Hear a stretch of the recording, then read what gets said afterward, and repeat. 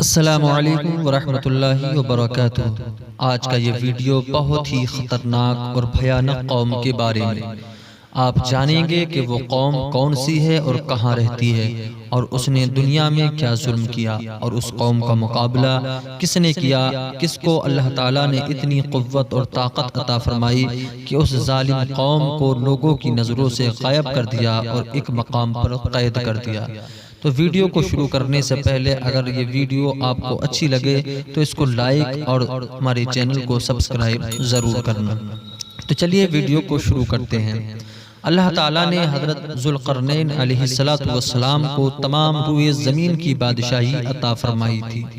دنیا میں کل 4 بادشاہ ایسے ہوئے ہیں جن کو پوری زمین کی پوری بادشاہی ملی۔ ان میں سے 2 مسلمان اور 2 کافر ہیں۔ مسلمان تو حضرت سلیمان علیہ السلام اور حضرت ذوالقرنین ہیں، اور کافر ایک بخت نصر اور دوسرا نمرود ہے۔ اور تمام روئے زمین پر 5ویں بادشاہ کا نام حضرت امام مہدی رضی اللہ تعالی عنہ ہے۔ قرآن مجید میں حضرت ذوالقرنین کے 3 سفروں کا حال بیان ہوا ہے، جو سورہ کہف میں ہم قرآن مجید ہی سے ان تینوں سفروں کا حال اس ویڈیو میں بتائیں گے۔ پہلا سفر حضرت ذوالقرنین علیہ السلام نے پرانی کتابوں میں پڑھا تھا کہ سام بن نوح علیہ السلام کی اولاد میں سے ایک شخص آب حیات کے چشمے سے پانی پی لے گا تو اس کو موت نہ آئے گی۔ اس لیے حضرت ذوالقرنین نے مغرب کا سفر کیا۔ آپ کے ساتھ حضرت خضر علیہ السلام بھی تھے۔ وہ تو آب حیات کے چشمے پر پہنچ گئے اور اس کا پانی پی لیا، مگر حضرت ذوالقرنین علیہ السلام کے مقدر میں نہیں تھا، وہ محروم رہ گئے۔ اس سفر میں آپ جانب مغرب روانہ ہوئے تو جہاں تک آبادی کا نام و نشان ہے وہ سب منزلیں طے کر کے آپ ایک ایسے مقام پر پہنچے کہ انہوں نے سورج غروب ہونے کے وقت ایسا نظر آیا کہ وہ ایک سیاہ چشمے میں ڈوب رہا ہے، جیسا کہ سمندری سفر کرنے والوں کو آفتاب سمندر کے کالی پانی میں ڈوبتا ہوا نظر آتا ہے۔ وہاں ان کو ایک ایسی قوم ملی جو جانوروں کی کھال پہنے ہوئے تھے، اس کے سوا کوئی دوسرا لباس ان کے بدن پر نہیں تھا، اور دریائی مردہ جانوروں کے سوا ان کی غذا کا کوئی دوسرا سامان نہیں تھا۔ یہ قوم ناسک کہلاتی تھی۔ حضرت ذوالقرنین نے دیکھا کہ ان کے لشکر بے شمار ہیں اور یہ لوگ بہت ہی طاقتور اور جنگجو ہیں، تو حضرت ذوالقرنین نے ان لوگوں کے گرد اپنی فوجوں کو گھیرا ڈال کر ان لوگوں کو بے بس کر دیا۔ چنانچہ کچھ تو مشرف با ایمان ہو گئے اور کچھ آپ کی فوجوں کے ہاتھ قتل کر دیے گئے۔ آپ نے دوسرا سفر، پھر آپ نے مشرق کا سفر فرمایا، یہاں تک کہ جب سورج طلوع ہونے کی جگہ پہنچے تو یہ دیکھا کہ وہاں ایک ایسی قوم ہے جن کے پاس کوئی عمارت اور کوئی مکانات نہیں ہیں۔ ان لوگوں کا یہ حال تھا کہ سورج طلوع ہونے کے وقت یہ لوگ زمین کے غاروں میں چھپ جاتے تھے اور سورج ڈھل جانے کے بعد غاروں سے نکل کر اپنی روزی کی تلاش میں لگ جاتے تھے۔ یہ قوم منسک کہلاتی تھی۔ حضرت ذوالقرنین نے ان لوگوں کے مقابلے میں بھی لشکر آرائی کی، اور جو لوگ ایمان لائے ان کے ساتھ بہترین سلوک کیا، اور جو اپنے کفر پر اڑے رہے ان کو قتل کر دیا گیا۔ پھر آپ نے تیسرا سفر کیا۔ آپ نے شمال کی جانب سفر فرمایا، یہاں تک کہ سدین 2 پہاڑوں کے درمیان میں پہنچے تو وہاں کی آبادی والوں کی عجیب و غریب زبان تھی۔ ان لوگوں کے ساتھ اشاروں سے بمشکل بات چیت کی جا سکتی تھی۔ ان لوگوں نے حضرت ذوالقرنین سے یاجوج ماجوج کے مظالم کی شکایت کی اور آپ کے مدد کے طالب ہوئے۔ یاجوج ماجوج یہ یافس بن نوح علیہ السلام کی اولاد میں سے ایک فسادی گروہ ہے، اور ان لوگوں کی تعداد بہت ہی زیادہ ہے۔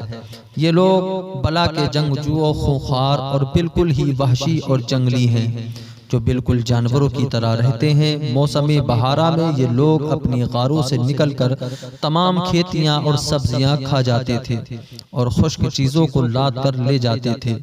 آدمیوں اور جنگلی جانوروں یہاں تک کہ سانپ، بچھو، گرگٹ اور ہر چھوٹے بڑے جانوروں کو کھا جاتے تھے۔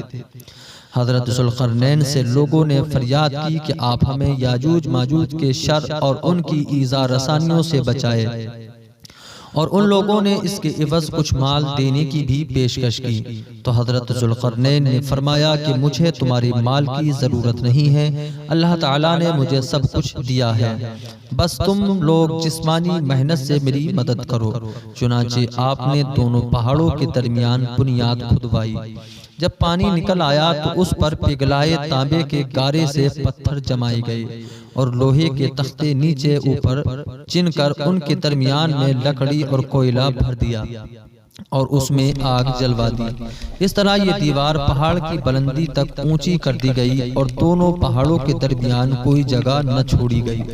پھر پگھلایا ہوا تانبا دیوار میں پلا دیا گیا، جو سب مل کر بہت ہی مضبوط اور نہایت ہی مستحکم دیوار بن گئی۔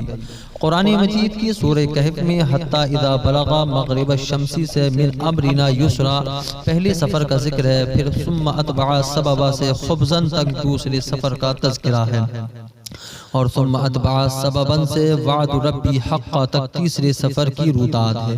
حدیث شریف میں ہے کہ یاجوج ماجوج روزانہ اس دیوار کو توڑتے ہیں اور دن بھر جب محنت کرتے کرتے اس کو توڑنے کے قریب ہو جاتے ہیں تو ان میں کا کوئی کہتا ہے کہ اب چلو باقی کل توڑ ڈالیں گے۔ دوسرے دن جب وہ لوگ آتے ہیں تو خدا کے حکم سے وہ دیوار پہلے سے بھی زیادہ مضبوط ہو جاتی ہے۔ جب اس دیوار کے ٹوٹنے کا وقت آئے گا تو ان میں کا کوئی کہنے والا کہے گا کہ اب چلو انشاءاللہ تعالی کل اس دیوار کو توڑ لیں گے۔ ان لوگوں کے انشاءاللہ کہنے کی برکت اور اس کلمے کا اجر یہ ہوگا کہ دوسرے دن دیوار ٹوٹ جائے گی۔ یہ قیامت کے قریب ہونے کا وقت ہوگا۔ دیوار ٹوٹنے کے بعد یاجوج ماجوج نکل پڑیں گے اور زمین میں ہر طرف فتنہ و فساد اور قتل و غارت کریں گے، چشموں اور تالابوں کا پانی پی ڈالیں گے اور جانوروں اور درختوں کو کھا ڈالیں گے، زمین پر ہر جگہ میں پھیل جائیں گے، مگر مکہ مکرمہ، مدینہ طیبہ اور بیت المقدس ان تینوں شہروں میں داخل نہ ہو سکیں گے۔ پھر حضرت عیسیٰ علیہ السلام کی دعا سے ان لوگوں کی گردنوں میں کیڑے پیدا ہو جائیں گے اور یہ سب ہلاک ہو جائیں گے۔ قرآن مجید میں ہے کہ حتی اذا فتحت یأجوج وماجوج وهم من کل حدب ینسلون، یہاں تک کہ جب وہ کھولے جائیں گے یاجوج و ماجوج اور وہ ہر بلندی سے ڈھلکتے ہوئے دوڑیں گے۔ تو یہ تھا یاجوج ماجوج کا قصہ۔ ایسے ہی اور واقعات سننے کے لیے ہمارے چینل کو سبسکرائب کریں۔ السلام علیکم۔